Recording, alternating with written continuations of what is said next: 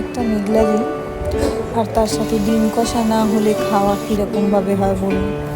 তাই বানিয়ে নিচ্ছি ডিম কষা রেসিপি। নমস্কার বন্ধুরা, আজকে ডিম কষা বানাবো। তার জন্য প্রথমে ডিমগুলোকে আমরা সেদ্ধ করে নিচ্ছি। ডিমগুলো সেদ্ধ করার জন্য প্রথমে সসপ্যানে জল নিয়ে তাতে ডিমগুলো দিয়ে 1 চামচ নুন দিয়ে দিচ্ছি।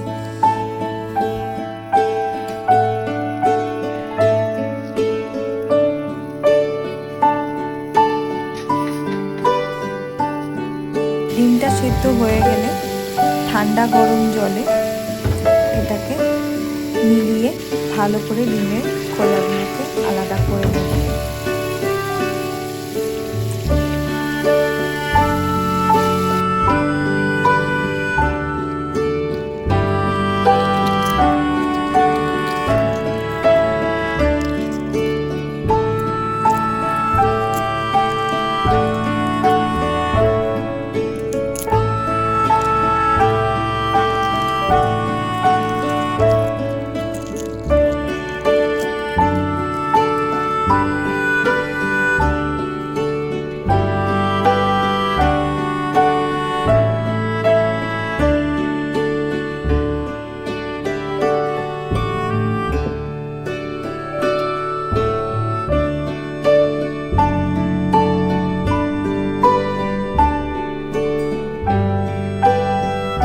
এবার একে একে পেঁয়াজ, টমেটো, কাঁচা লঙ্কা এগুলোকে কুচিয়ে নেব।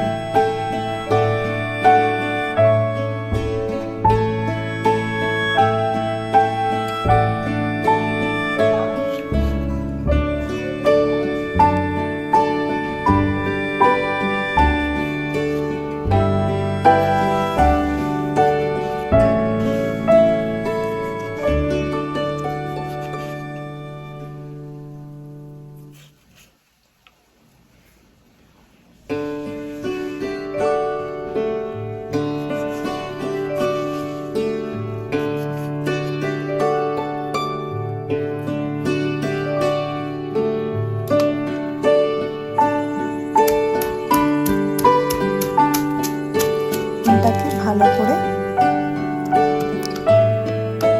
থেতো করে নেব।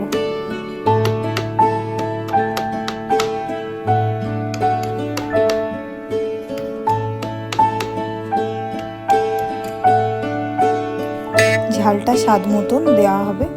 আমি এখানে 5টা লঙ্কাকে মাঝখান থেকে চিড়ে নিয়েছি।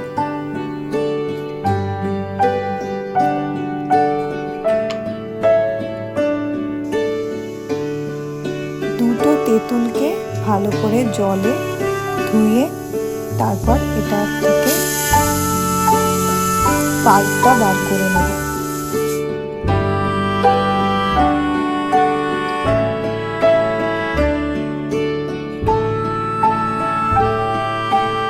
এবার কড়াইতে সরষের তেল দিয়ে আমরা ডিমগুলোকে ভেজে নেব।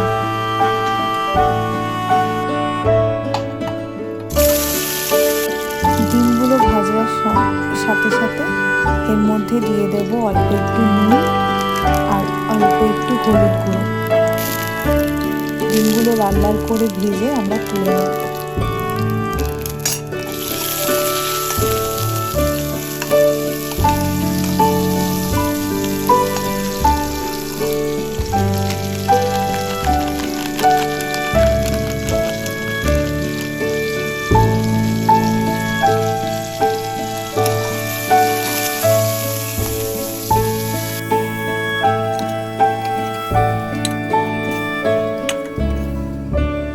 এবার কড়াইতে আরেকটু পরিমাণ মতন তেল নিয়ে আমরা পেঁয়াজগুলোকে ভাজতে দিয়ে দেবো। যতক্ষণ পর্যন্ত পেঁয়াজটা লাল লাল করে ভাজা হচ্ছে ততক্ষণ এটাকে ভেজে নেব।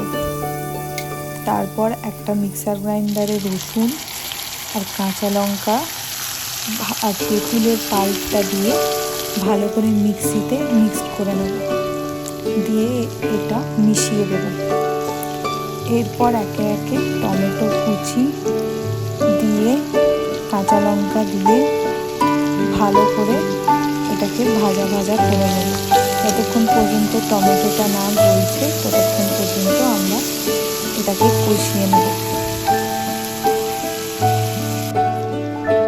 থেকে তৈরি করে রাখা জিরে, ধনে, আদা বাটাটা আমরা এবার মিশিয়ে নেব। পরিমাণ মতো নুন, হলুদটা মিশিয়ে আমরা মশলাটাকে ভালো করে কষিয়ে নেব। যতক্ষণ না পর্যন্ত তেল ছাড়ে ততক্ষণ পর্যন্ত এটাকে কষাতে হবে। মশলাটা ভালো করে মেশার জন্য আমরা অল্প একটু জল দিয়ে দিলাম।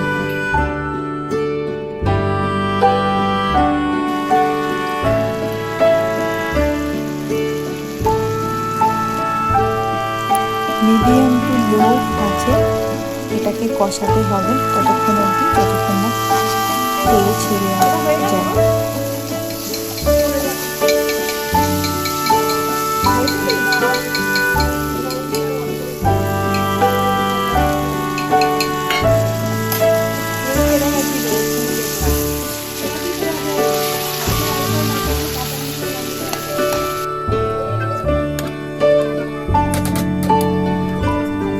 আস্তে আছে এটাকে চাপা দিয়ে দিলাম। 15 মিনিট পর দেখলাম যে রান্নাটা মোটামুটি কষে গেছে, তখন ডিমগুলো মিলিয়ে দিলাম। ভালো করে মিক্সড করে নিলাম।